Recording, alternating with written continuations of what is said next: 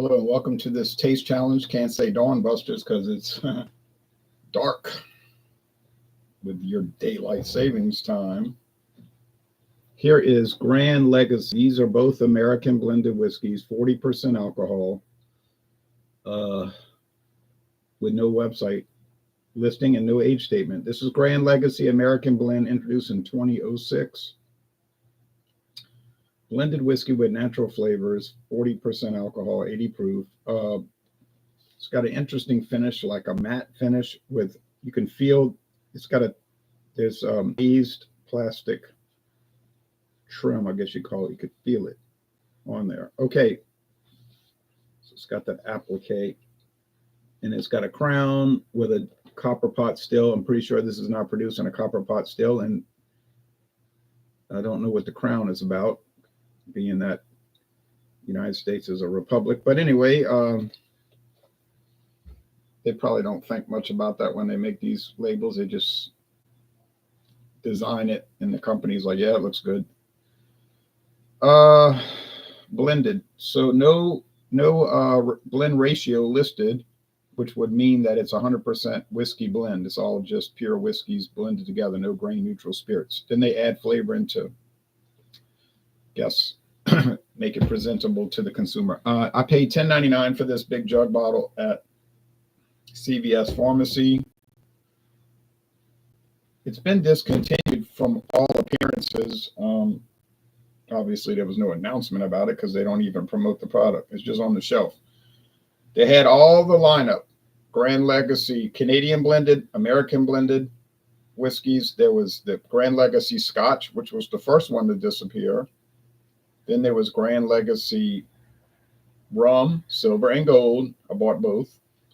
Gran Legacy, I believe, silver and gold tequila, if I'm not mistaken. I know there was a gin. Now that I'm certain about, gin. And then there was the vodka, red label, which is the last one I saw. Everything disappeared, and then the vodka was on the shelf for a long time, and now I haven't even seen that. So I think they're all closed out.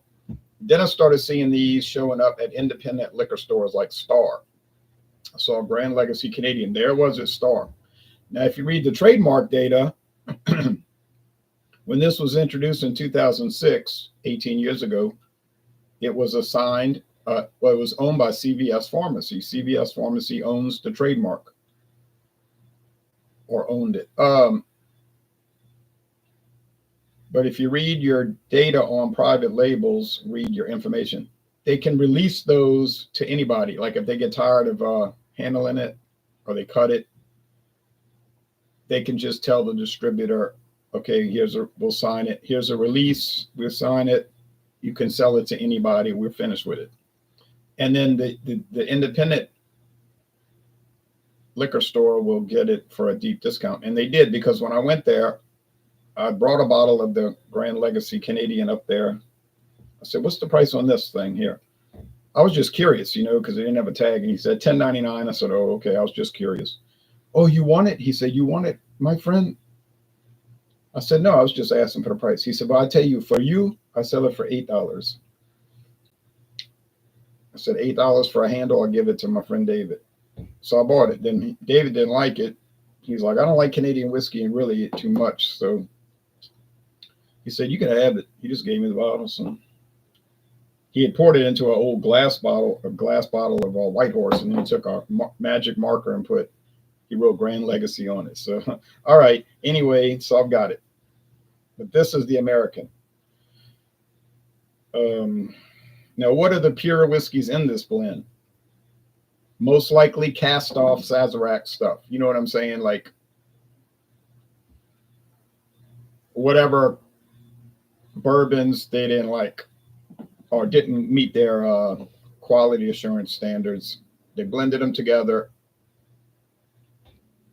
Although the youngest in here is 4 years. It's a 4-year age at least, because there's no age statement. And they just blended them, added natural flavor to make it tolerable, I guess you could say. And they sold it. And CVS said, hey, it's a store brand, it's private label. No one's going to care particularly for that. And I'm sure they didn't. But I don't think these ever really sold. First problem, most CVS pharmacies do not sell liquor because most states don't allow that. liquor sales in a pharmacy. Louisiana does, and I think California does, and some other states, not many. So their ability to do it was limited. So probably just wasn't making much money, and they just said, "Let's kill it." They're still carrying Jethro T. Boots Kentucky Straight Bourbon, another private label. That probably sold better because it means Kentucky Straight Bourbon whiskey that you could get for $8.99, and it recently jumped $1. Still $9.99 is ultra cheap for a Kentucky Straight Bourbon whiskey. That's a different trademark anyway. That's not the same line. Gran Legacy and Jethro T. Boots, same producer. And then they got that Connery's or Connolly's. You know, all these Irish cream liqueurs, they try to make it sound Irish, right? Well, it is from Ireland. Mary and Company, the big Irish cream liqueur company over there, them and Bailey's. They produced it. Sazerac handled it, and whatever distributor here delivered it. Such distributors, they had a falling out with Republic National, who they used to own it. Republic National, the U.S. government forced them to sell it because you can't own a distillery and a distributorship. Well, here's Well Made, American blended whiskey. It's well made, and it's made for the well. It's a well whiskey. They come in liter bottles. This one's got the black, white, and gold label. If you get the vodka, it's red theme. Gin is green. I think the Canadian is purple. The rum, you know, they all got different colors. And a lot of companies do this. Sazerac has a line called Concierge. I see Concierge at a lot of Mexican restaurants. Don't know why. I guess they get a good deal on it. And the Concierge is the same principle. It's all these liter bottles, and it's a whole line. And mostly you see it in a bar or a restaurant or a bar and grill, a lounge. You know what I'm saying? Pub, tavern, whatnot. You're not going to usually see them in a store, a liquor store, but they could be there, as evidenced by the fact that this was there at Star. And the guy said, "I'll sell it $9. He told me $9. I said, "Okay." A liter, you know. But typically they're not sold to the public. They're typically sold wholesale to, like I said, liquor stores. They got like I said, the Concierge line, the Well Made line. What does Heaven Hill have? Heaven Hill has one. I can't remember. Not the Quality House. That's a liquor store brand.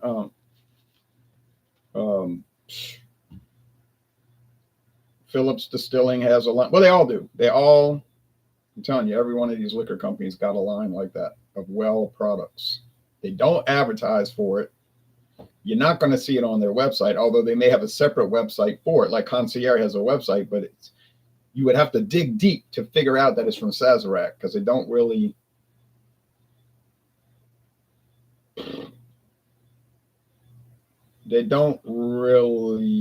acknowledge it too much, you know, because it's not something they're pushing. It's like a separate purpose product. They're nothing great. You know how they are. They're okay. Oh, Bellows, that's an old one. That's an old line of whiskey, Bellows. Luxco still got it. And I see it at Chinese restaurants for some reason. Okay, I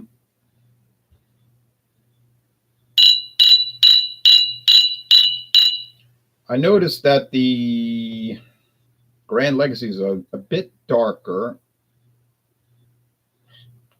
Poured a little bit too much. But see these built-in pourers? You got to watch them. These big plastic with the built. It'll just come out even flow, no back glove, you know. So you could just barely tip it, and it'll come out, and you get more than a shot. So you got to watch it. Whereas these glass bottles, there's no built-in pour. It will have that.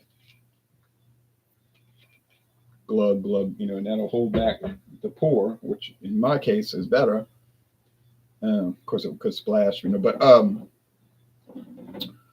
so can't show you any website because there ain't nothing to show because they don't exist.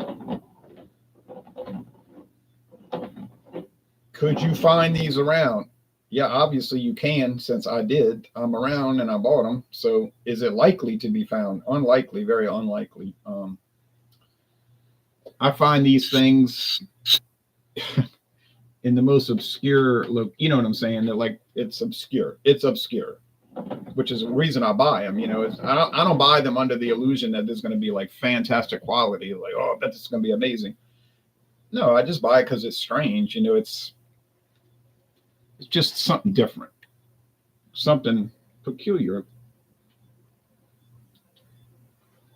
Oh, well, an oddity, an eccentricity. You say, well, that's eccentric to want to buy them. Yes, I would not take issue with that. I go along with that. It is a little strange, but no big deal. It's not like I'm paying out a lot of money for the stuff. Nor would I. If I saw this stuff upcharged, I would pass on it. When I saw them have this at that other store, I found that they were charging too much. I thought, I'm not paying that. It was like $12.99. I knew it was too high. I said, one day I'll probably find it cheaper if I, assuming I see it. And I did, $9. So, okay, aroma.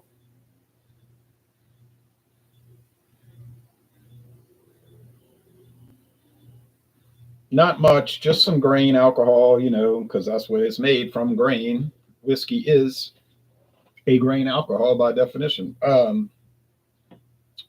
These are both aged at least 4 years. At least 4 years. Talking about there's straight whiskeys in them. Now, the well-made is 21% straight. We would assume bourbon. Can't say though. But you can basically say it because 80 proof. I want to write it like that. Of course, if you read the regulations, any sort of straight whiskey is allowed in a blend. It could be straight corn whiskey, straight bourbon, straight wheat whiskey, straight rice, use rice whiskey. But what's the most common one? You know what it is in America, it's bourbon. So they're invariably using that. Are they using their finest cuts of bourbon? I think we know the answer to that question since it's $9 for this liter. Don't know what the regular price is. Something not much more than that. And $10.99 for this jug bottle. And no longer available, at least where it originated. Like I say, you might find it at some oddball store. All right, so there you go.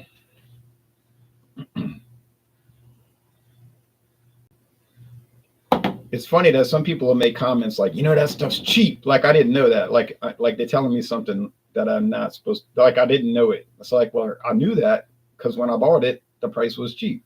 And it was at the very bottom of the shelf where they put the cheap stuff. So if you kick it and knock it over and it breaks, they're not going to put Johnny Walker Blue Label at the bottom shelf. They're going to put it at the top, probably in a case where you can't steal it. Okay, so these have a place, but the place is low. All right, rice whiskey sounds intriguing. I've never had a whiskey with a mixer. I've had cocktails. They don't appeal to me, honestly. I had an old fashioned at what's the name of that place? Ye Old College Inn in New Orleans. Been open 91 years. They're kind of known to make good old fashions. And it was good, but it's not my kind of thing. My mother would always order one when we go out to a restaurant, and my grandfather said, give me an old fashioned. Okay. I'd rather just like you sip it neat. Now,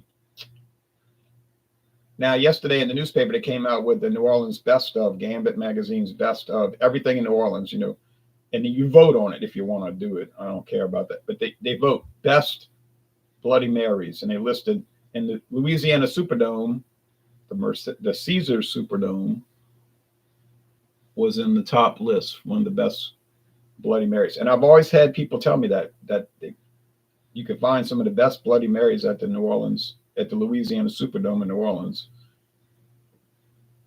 I would know, but I would believe it if people keep saying it, if you hear it endlessly.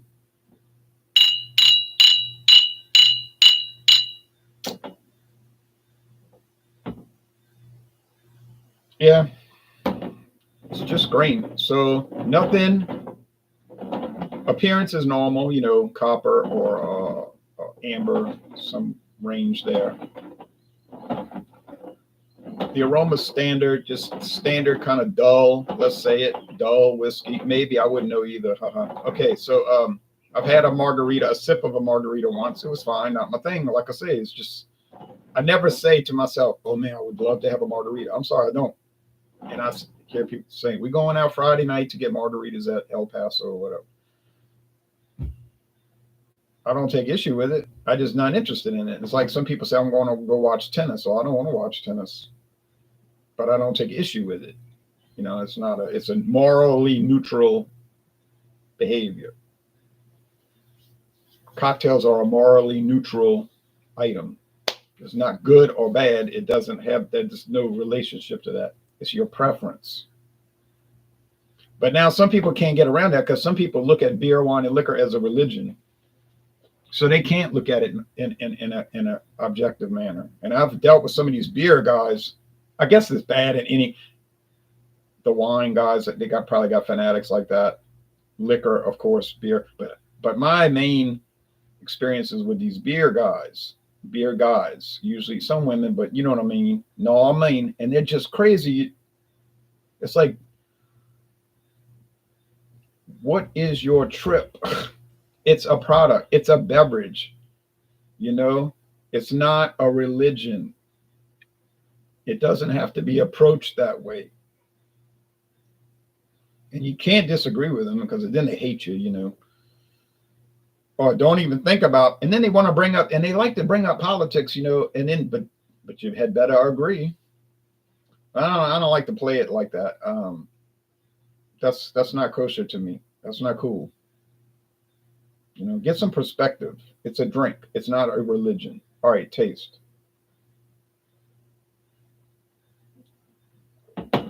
That's what happens when your hobby becomes your obsession. You're really a sickness.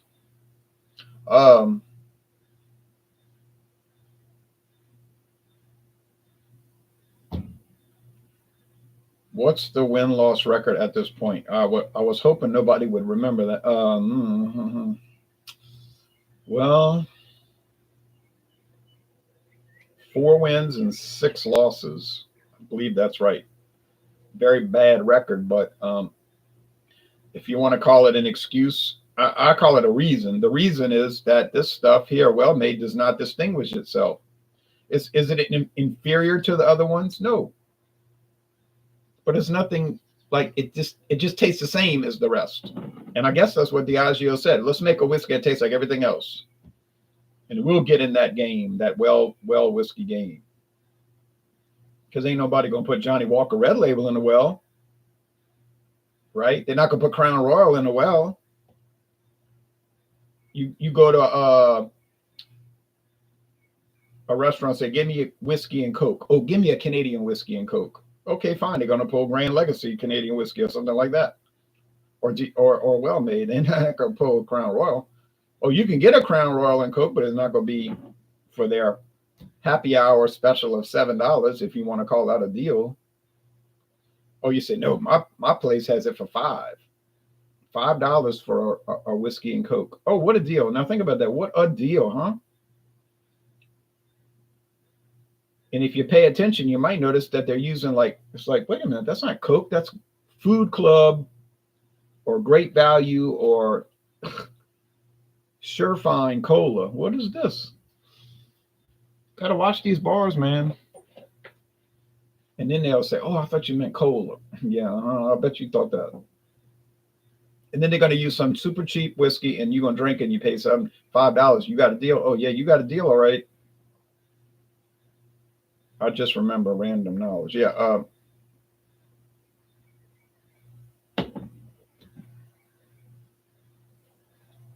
You get it with the name brand. Crown Royal or Johnny Walker Red, or the most common is Jack Daniels or even Jim Beam. Or you say, nah, I want mine with Hennessy. Well, that's a common thing, Hennessy and Coke. I know people order that.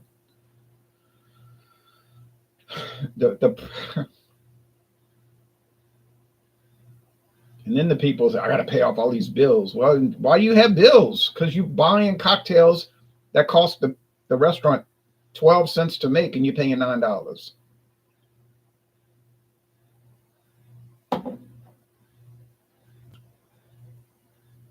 And I'm not attacking restaurants. They selling it. You say, oh, but I get to hang out and talk. All right, that's fine. And but there's going to be a massive upcharge.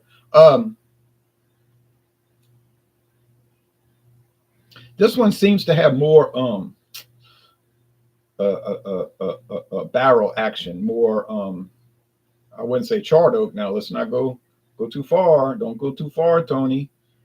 Don't go too far, Tony. I'm not, Mel. You are. I just a little wood. Now these are very basic flavor. Now, if you want to call them bland, I'll go along with that. They are bland. They're bland, but they're not nasty. You see the difference? They're bland, but they're not nasty. They're just regular. They just taste like Miss Castevet said, regular old Lipton tea. It's just regular old Lipton tea.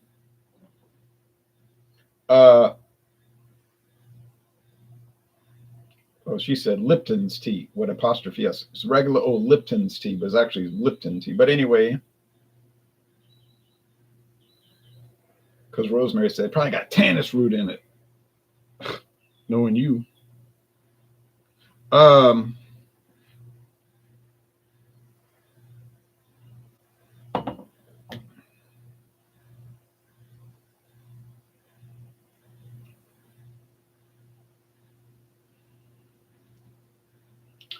I mean, there's some flavor. There's like a vanilla note, some kind of little nut oil, and honeysuckle nectar. All the concomitant.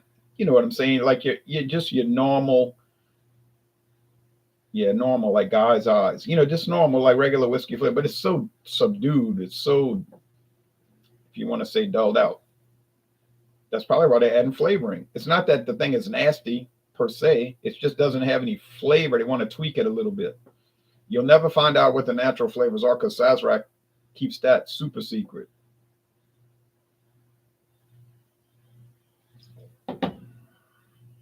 Okay, so a little more oak. Not really any oak, but more grain, like corn, fermented corn grain thing. Are these much more alike than different? You best to believe it. They're much more alike than different. But I recommend them. Well, I mean, yeah, if you like that, you say, oh yeah, I love bland. Anything bland, I love it. And you probably like them. Most people I work with like bland food. I'd say, you want some black pepper on it? Oh no. Want some hot sauce? Oh no. If you say, let's get some fried chicken. Okay, they always want mild. Y'all don't want spicy or hot? Oh no, mild.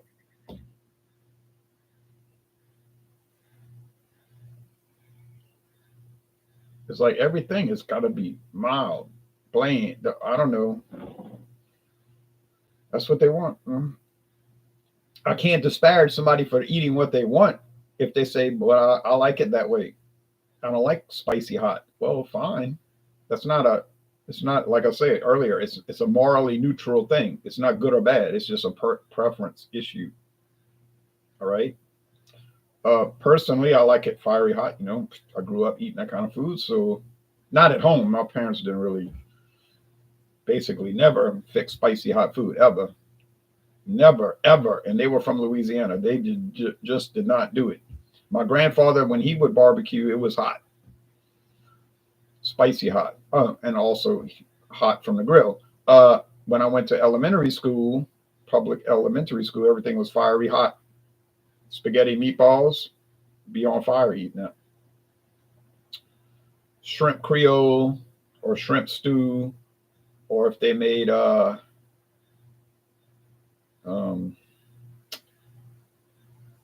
jambalaya, red jambalaya, and then sometimes they make brown jambalaya. Usually they made the red jambalaya with the tomato based thing, but it would be hot. At first you'd be stunned by it, like I wasn't used to eating that coming from home. I thought, oh no, I thought Tabasco, when I was little, I thought Tabasco sauce was hot. That stuff's so mild. But as a 6-year-old, I thought, oh, I could never eat that. But then you go but once you get sort of like acclimated to it, that's the word, acclimated to the heat, then you can't go back. Like you could never go back to just regular spice food. I can't.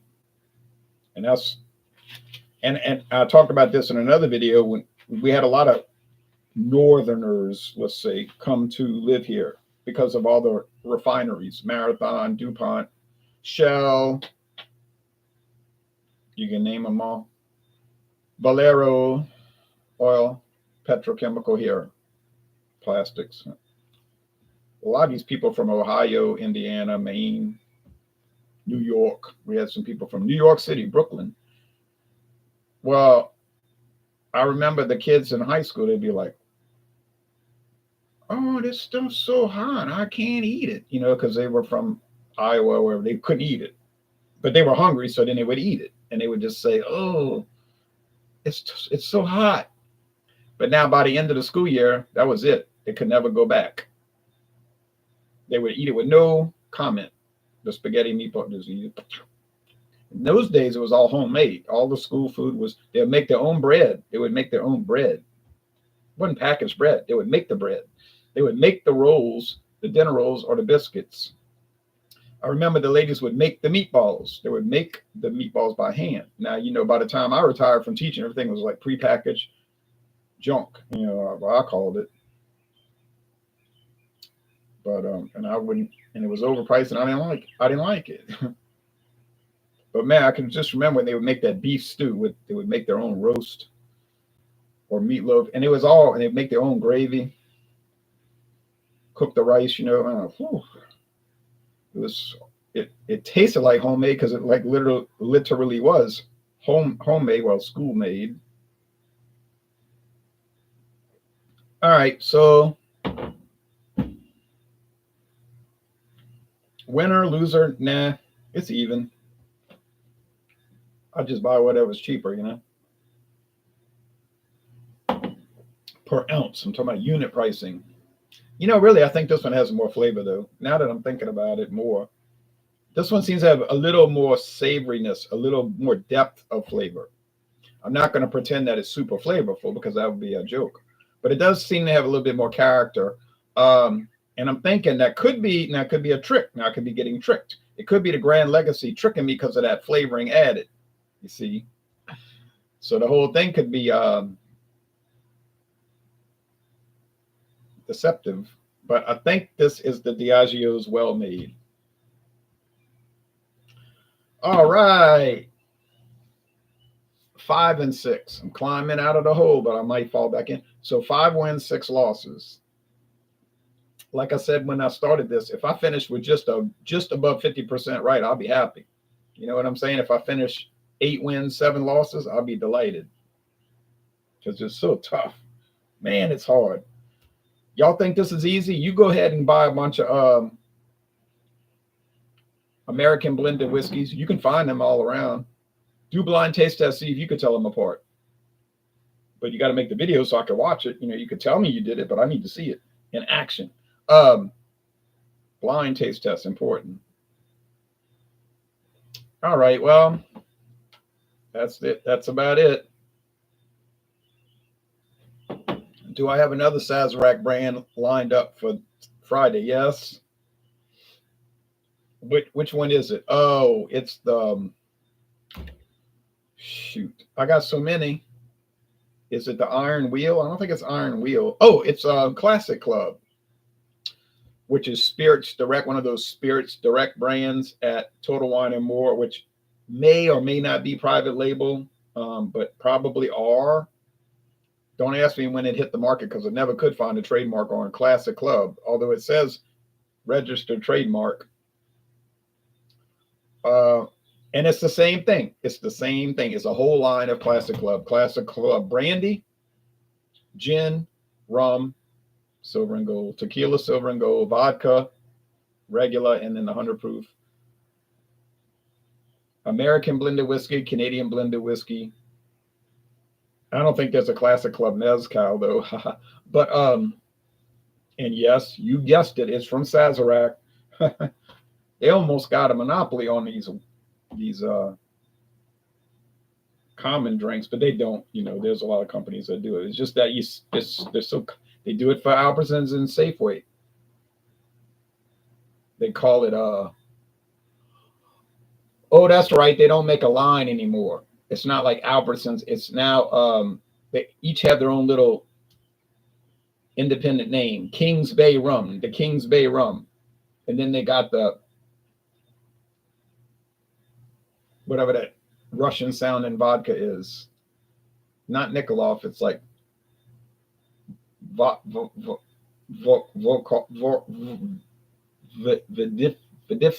Vidivsky or whatever. You can look up on Safeway or Albertsons or Jewel-Osco. It'll show it. And then they got 75 South American blended whiskey, but it's all from the same people, County Line Distillers, which is Sazerac. All right. Well, thanks everybody. See y'all next time. Bye-bye.